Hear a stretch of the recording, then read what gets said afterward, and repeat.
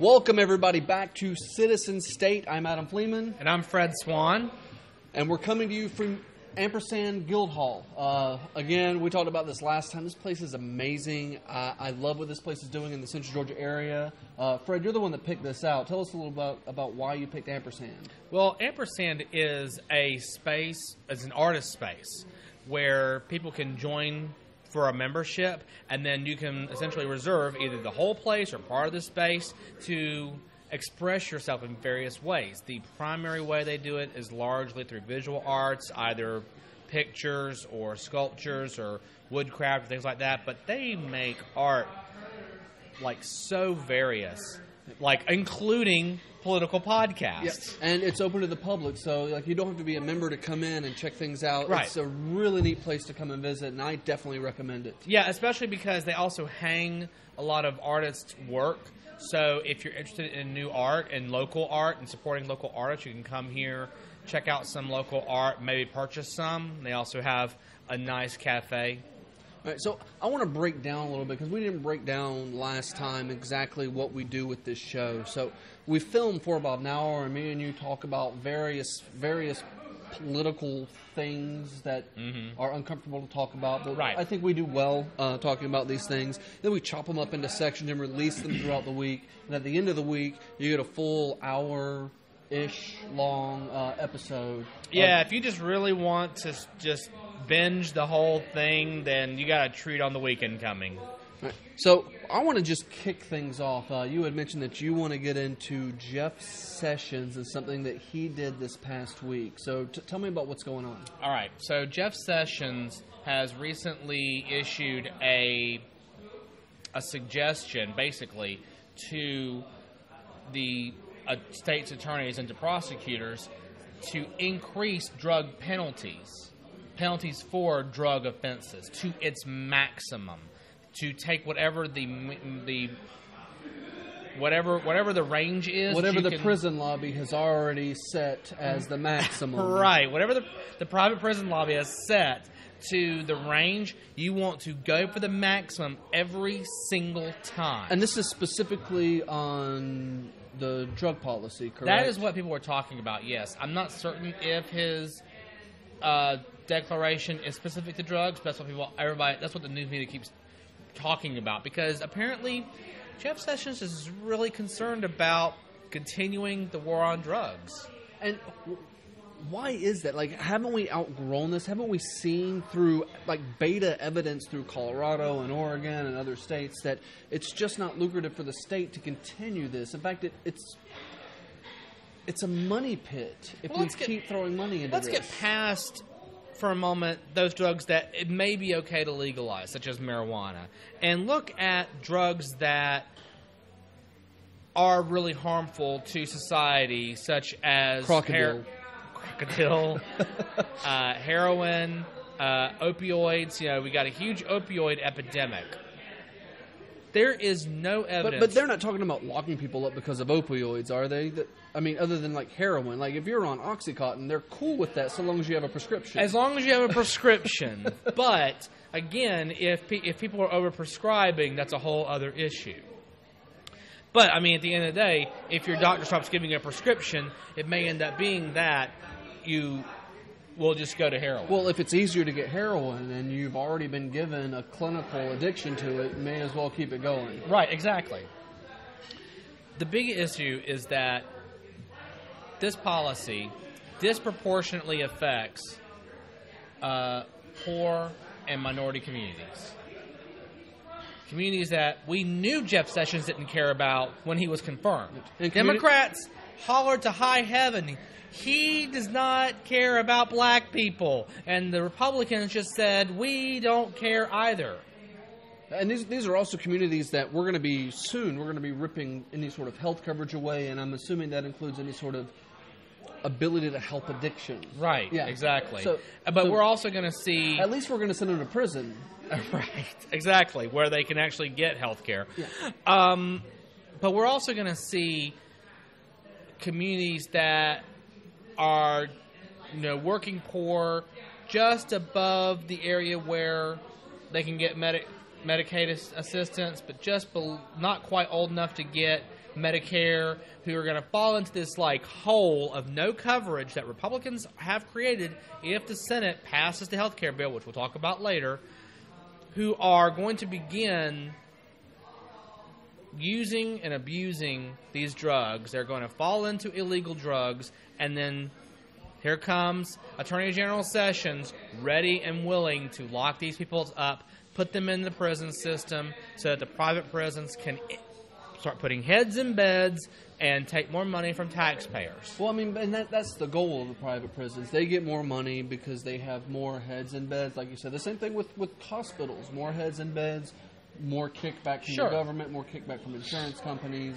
Sure, but hospitals cheat our public medical system. Well, no, but hospitals actually still serve a necessary function. And the fact that a community has a hospital is a big boon to it economically, because many times when a company starts looking at a place to stay, a place to establish and create jobs and employment, they want to know that there is health care nearby. That actually came up in Houston County, where they were about to close the hospital, and they had to really fight to keep that hospital open because they didn't want its Bibb County, which was 30 minutes away, to be the closest place that they could get health care, because that would just devastate their economy, because they would have a really hard time getting industry to come into the county.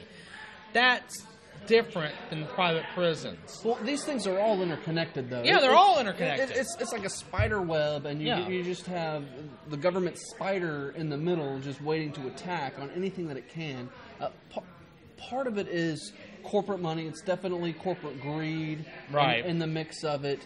And with private prisons, you got lobbying for longer prison sentences. And I kind of want to get back on the Jeff Sessions. Why is he pushing for this?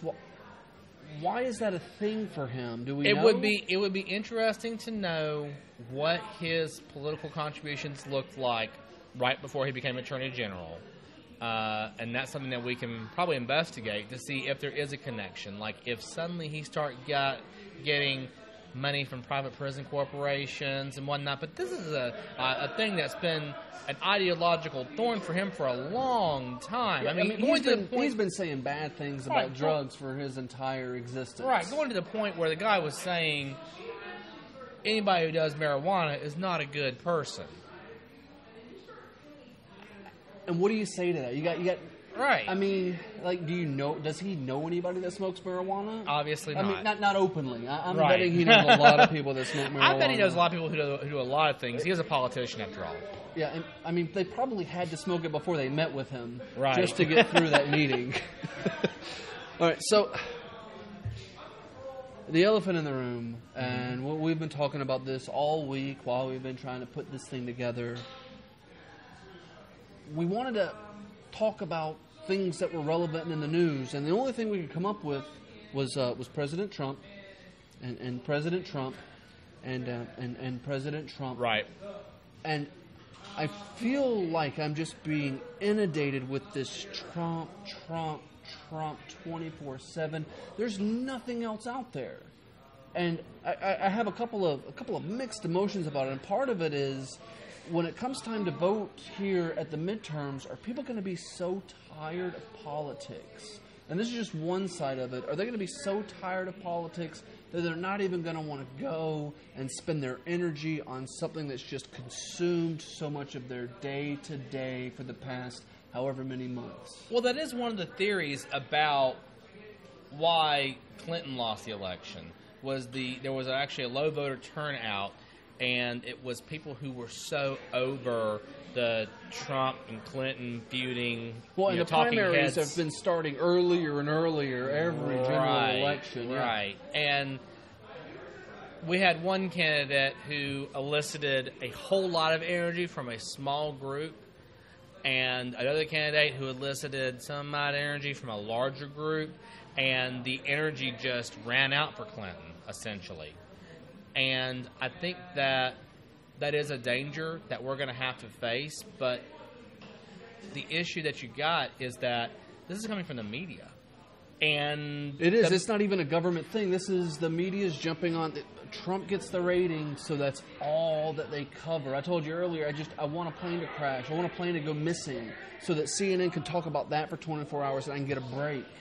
Because it's just every day, and I don't even want to watch the news. Well, I mean, first of all, your problem is you're watching CNN because the only thing that they cover are plane crashes and Donald Trump. Well, that's all they got. Yeah. But the real issue is that the media is going to cover what is popular and what people will watch. And that's been the case forever. So at the end of the day, is it that the people are not being given enough of a challenge? Or is it a case where perhaps people just are being given what they want too much and eventually overloading on it, and the media is just not savvy to that? Yeah, and I don't think the media is very savvy as it is. I mean, I think that they've done a disservice.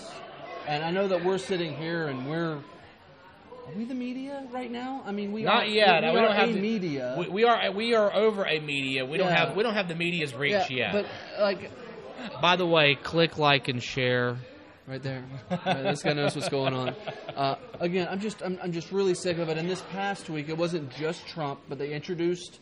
I mean, I won't say somebody new, but they introduced Comey and this whole new thing that was it was a mushroom cloud. And we're going to talk about Comey in a little bit because we wanted to talk about something else other than Comey, but we can't because it's all anybody's talking about. Because the media is just covering Comey. And that's everything that's going on, and they're stuck to it. And there's other things going on. Like we were talking about this malware. Yeah. This tech, if you guys want to go tech for a second. There's this huge malware explosion, mostly in the UK, but it spread throughout Europe and to Spain. Hospitals had to shut down because this ransomware took hold of patient files. Mm-hmm. What do you think about this? Well, from what I understand, wasn't it the case that this was an exploit of something that if they just patched, if a Microsoft exploit that if they just patched regularly, they wouldn't have run into this issue? I'm not sure if it's exactly that. From what I understand is it was an email that got opened and there was malware, malicious code in the attachment. That malicious code then evolved and started attacking networks. So anybody that walked through with a laptop jumped on their laptop and just took over the networks. So we're talking about a big spread throughout I believe it's the NHS in the UK. And then somehow jumped over to Spain. Like this, it almost felt like a planned attack. But again, we have no coverage. All I know is what I read on TechCrunch.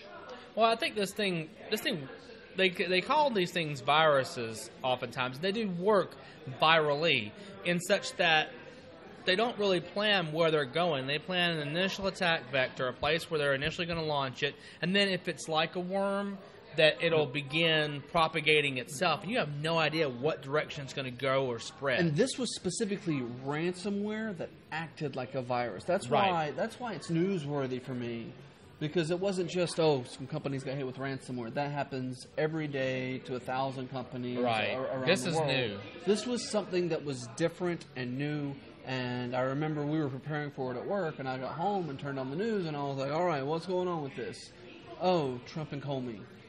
Right. So that's all that we had. So we're going to talk about Comey, and I'm going to press you to talk about him a little bit more.